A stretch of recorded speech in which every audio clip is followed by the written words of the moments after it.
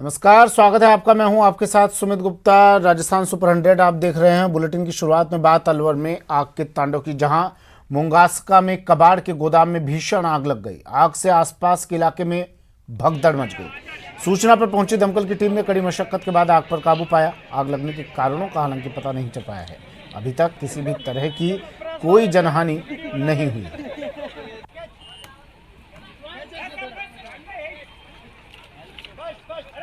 अलवर में आग का तांडव, कबाड़ के गोदाम में लगी आग। धू धू कर जला कबाड़ का गोदाम। दमकल की गाड़ियों को सूचित किया गया। गाड़ियां मौके पर पहुंची और आग पर काबू पाया गया। हालांकि राहत की खबर ये रही कि किसी तरह की कोई जनहानि की सूचना नहीं मिली है, लेकिन धुएं के इस गुबार को देखकर, आग की उठती लपटों को देखकर आप इस आग की भयावहता का अंदाज़ा लगा सकते हैं। अलवर से तस्वीरें, कबाड़ का गोदाम जलकर राख।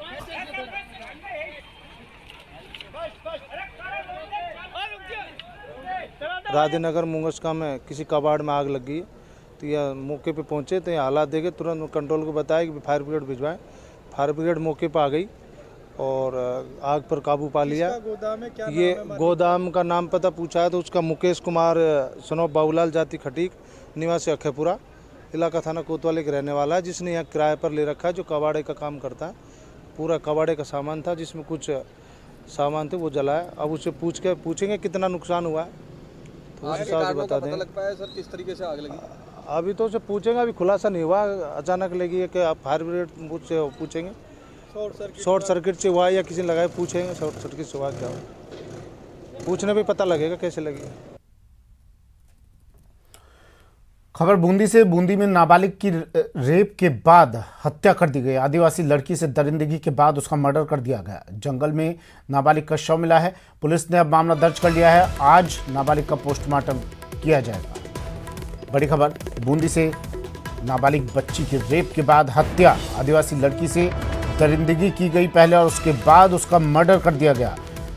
नाबालिग का शव, इस बच्ची का शव, नाबालिग लड़की का शव जंगल में मिला है। पुलिस ने मामला दर्ज कर लिया है और आज शव का पोस्टमार्टम किया जाएगा।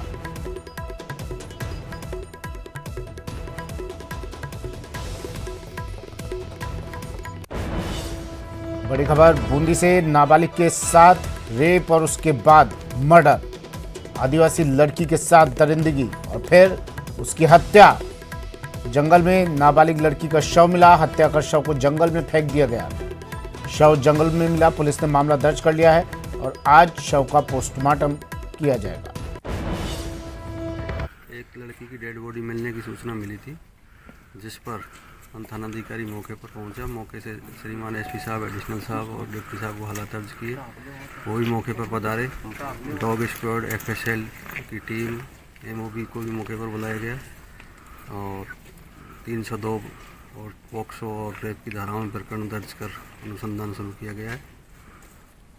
मौके से डेड बॉडी को मोर्चरी में शिफ्ट कर दिया गया है। सुबह ही पोस्टमार्टम करवाया। ये साहब में नीम का खेड़ा मेरे किस्त दे पा गया था और वहीं कहते महल का है जो 4 बजे करीब रात होना 2 बजे जो बूटे सुन लापता होगी साहब। हाँ फिर जो मतलब एक लोग करिए पानत करिए जो आवाज़ दी कि बैठी बच्ची की आवाज़ आई। फिर मैं शाम को वहाँ मोटरसाइकिल खड़ी कर वहाँ गए जो मरी थी लगी साहब। बूंदी से सहयोगी चैन सिंह फोनलाइन पर जुड़ गए हैं। चैन सिंह, पूरा मामला क्या है ये और अब तक किस निष्कर्ष पर पहुंची है पुलिस? जांच के बाद क्या कुछ खुलासा हुआ? जैसा कि ये काला कुआ गांव के पास जंगल की घटना है, जहां ये जो पीड़ित जो नाबालिग लड़की थी, इसके जो माता पिता है जो नारायण रेगर है, उसके हाली का काम करते हैं। जो कल ये इसके माता पिता किसी कार्यवर्ष जो नीम का खेड़ा आए थे, इस दौरान ये शाम को 4 बजे शौच करने के लिए ये बालिका गई थी पास ही जंगल में। इस दौरान जो पहले से कहीं घाट लगा कर बैठे दरिंदों को द्वारा इससे जो दुष्कर्म किया गया, उसके बाद में इसको पत्थर से कुचल करके इसकी सिर की निर्मम तरीके से हत्या कर दी गई है।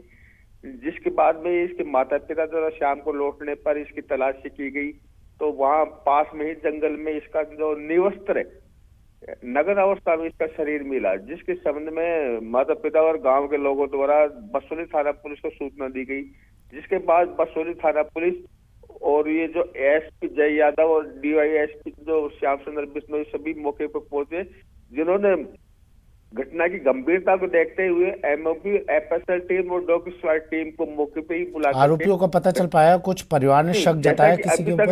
अभी तक जो आरोपियों को जो पता नहीं चल पाया, पुलिस द्वारा जो प्रयास किया जा रहा है कि जो इस घटना को कारित, जो दिल दहलाने जो घटना है, इसको किसने कारित किया है, उनके प्रयास पता लगाने का प्रयास किया जा रहा है। जी ठीक है, शुक्रिया चैन सिंह तमाम जानकारी के लिए।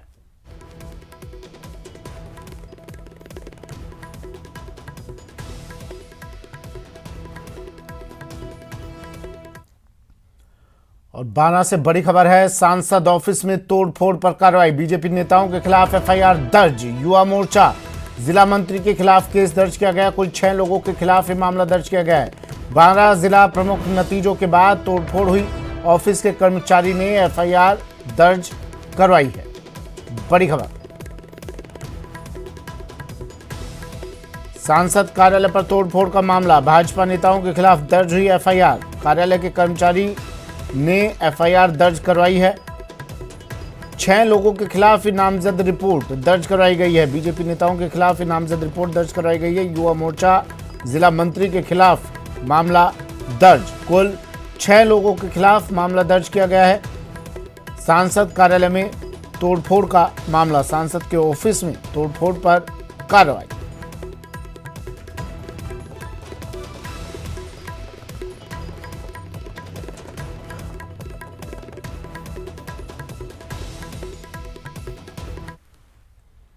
और अब कोरोना पर अपडेट आपको दे देते हैं। मरुधरा में कोरोना के केस लगातार बढ़ रहे हैं। पिछले 24 घंटे में 39 नए केस सामने आए हैं। सबसे ज्यादा जयपुर में 17 नए केस मिले हैं।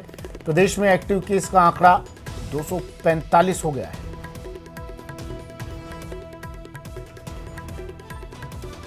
मरुधरा में कोरोना के बढ़ते केस, कोरोना फिर पैर पसार रहा है, कोरोना फिर अपना शिकंजा कस रहा है। पिछले 24 घंटे में 39 नए केस सामने आए हैं और सबसे ज्यादा राजधानी जयपुर में 17 नए केस मिले हैं। एक्टिव केस का आंकड़ा बढ़कर अब 245 हो गया है। बड़ी खबर,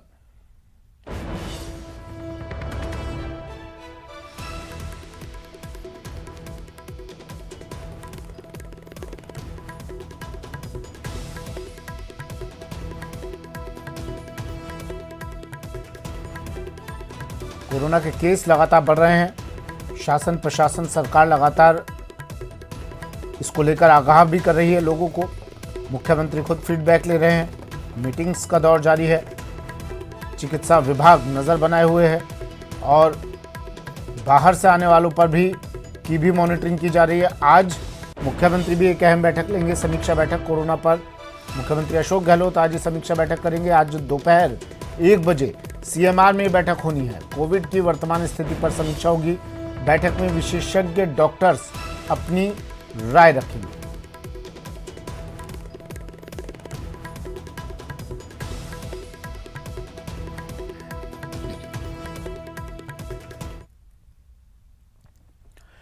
देश में कोरोना के नए वेरिएंट ओमिक्रॉन के बढ़ते मामलों के बीच पीएम मोदी ने अफसरों के साथ हुई हाई लेवल रिव्यू मीटिंग की। ये मीटिंग करीब 1 घंटे चली। बैठक में हेल्थ मिनिस्ट्री समेत कई विभागों के अफसर शामिल हुए। मीटिंग में ओमिक्रॉन के बढ़ते केस को रोकने के लिए प्रधानमंत्री का मेन फोकस 3 बातों पर रहा।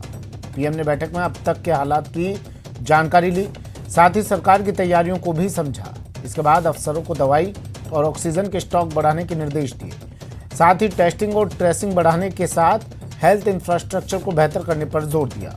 पीएम ने रिमोट एरिया में वैक्सीन और दवा की सप्लाई के लिए आईटी टूल्स का ज्यादा से ज्यादा उपयोग करने को कहा। मोदी ने अफसरों से कहा कि राज्यों के लिए यह सुनिश्चित करना महत्वपूर्ण है कि ऑक्सीजन सप्लाई इक्विपमेंट्स पूरी तरह काम कर रहे हों। इसमें किसी भी तरह की लापरवाही नहीं होनी चाहिए।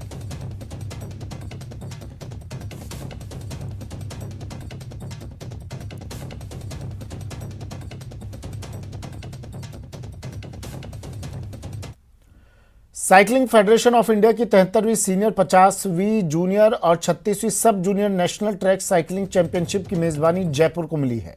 प्रतियोगिता का आज उद्घाटन होगा और मुख्यमंत्री अशोक गहलोत को प्रतियोगिता के उद्घाटन के लिए आमंत्रित किया गया है। इसके लिए एसएमएस स्टेडियम में बेहतरीन तैयारियां भी की गई हैं।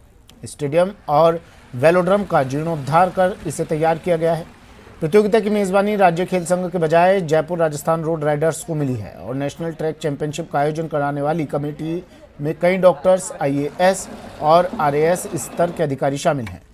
साइकिल फेडरेशन ऑफ इंडिया और राजस्थान रोड राइडर्स आज से 28 दिसंबर तक जयपुर के SMS स्टेडियम स्थित साइकिल वेलोड्रम पर नेशनल लेवल की चैंपियनशिप का आयोजन करवा रहे हैं। इसके लिए पूरी तरह तैयार हैं। जैसा आप देख रहे हो कि वेलोड्रम सज के दुल्हन की जैसे तैयार हो गया है। इसमें राजस्थान सरकार का और राजस्थान रोड राइडर्स का इतना महत्वपूर्ण योगदान है। आप सब लोग यहाँ पे जो प्लेयर्स आ रहे हैं उनको किसी तरह की अव्यवस्था नहीं हो, ये हमारा ध्येय है। राजस्थान मेहमान नवाजी के लिए जाना जाता है। यहाँ रहने की उनकी व्यवस्था अच्छी करेंगे, उनको आने जाने का व्यवस्था अच्छी करेंगे, खाने की व्यवस्था अच्छी करेंगे।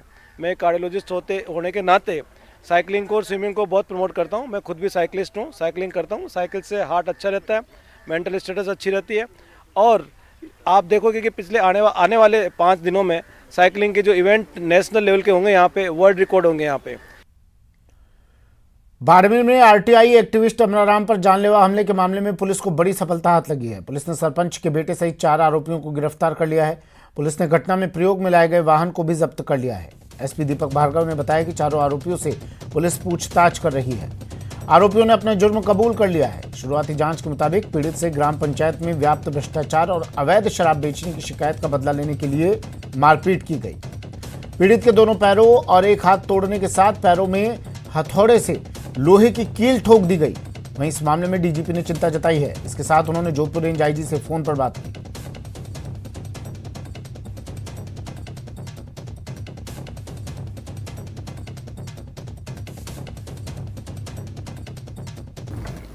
घटना की गंभीरता को देखते हुए जो टीमें गठित की थी, उन्होंने तकनीकी सर्वेलांस और आसूचना के तहत 4 लोगों को दस्तयाब किया है, जिनमें भूपेंद्र पुत्र बांकाराम निवासी जगराम की ढाणी परेऊ, खरताराम पुत्र उमेदाराम निवासी कुंपलिया, आदेश पुत्र लुभाराम निवासी पिरानी की साइयों की ढाणी परेऊ, रमेश पुत्र वैनाराम जगराम की ढाणी परेऊ।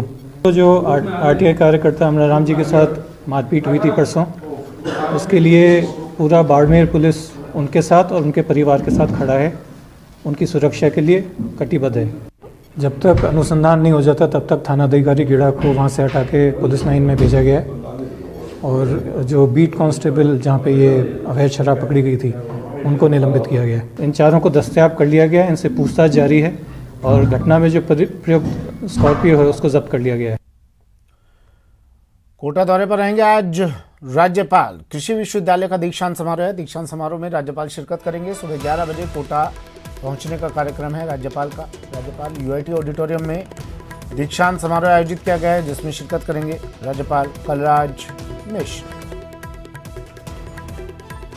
कोचिंग सिटी में शिक्षा नगरी में राज्यपाल आज सुबह 11 बजे कोटा पहुंचेंगे।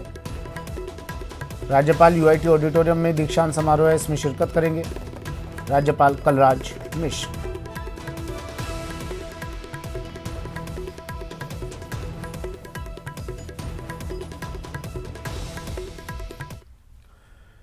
हाईकोर्ट में अहम सुनवाई होनी है आज। 500 परिवारों के लिए विशेष बेंच का गठन किया गया है। कोटपुतली नगर पालिका की कार्रवाई का ये मामला। कार्रवाई के खिलाफ याचिका पर सुनवाई होगी। बड़ी खबर है, हाईकोर्ट में अहम सुनवाई। 500 परिवारों के लिए विशेष बेंच का गठन। कोटपुतली नगर पालिका की कार्रवाई का ये मामला है। कार्रवाई के खिलाफ याचिका पर सुनवाई।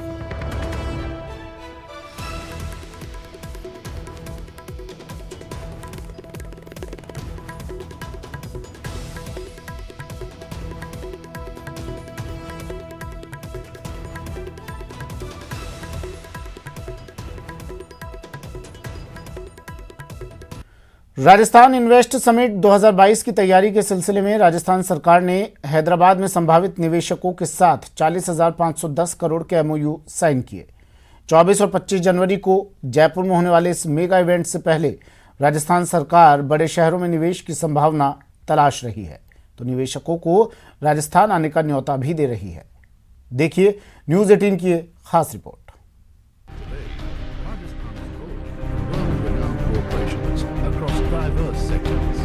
राजस्थान में निवेश की संभावनाओं को तलाशने को लेकर के राजस्थान सरकार की ओर से लगातार कोशिश की जा रही है और जनवरी में होने वाले इन्वेस्ट समिट से पहले अलग अलग जगहों पर जाकर के राजस्थान सरकार के प्रतिनिधि मंत्री रोड शो कर रहे हैं, वर्चुअल तरीके से निवेशकों से बातचीत कर रहे हैं। हैदराबाद में इन्वेस्टर्स कनेक्ट रोड शो। आज जो हाईटेक सिटी हैदराबाद में जो इन्वेस्ट मीट हुई, इसमें लगभग 40,000 करोड़ रुपए का इन्वेस्टरों ने एमओयू किया है। हैदराबाद में 40,510 करोड़ के एमओयू साइन।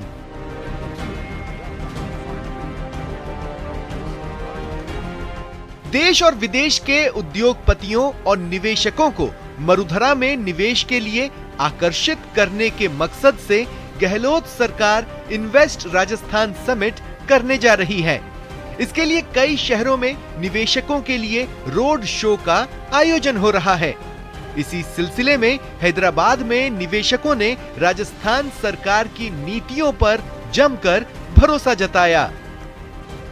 इन्वेस्टर को चाहिए सड़क, पानी और बिजली, वो सारी चीजें, जमीन भी उपलब्ध हो रही, रोड सेक्टर में भी आप देखो। आपको बता दें कि 24 और 25 जनवरी 2022 को जयपुर में इन्वेस्ट राजस्थान समिट आयोजित होगी, जिसके लिए अब तक मुंबई, कोलकाता, अहमदाबाद, दिल्ली, बेंगलुरु और हैदराबाद में इन्वेस्टर्स मीट किए गए। वहीं 22 दिसंबर से 13 जनवरी तक लगातार राज्य के सभी 33 जिलों में यह सम्मेलन आयोजित होंगे।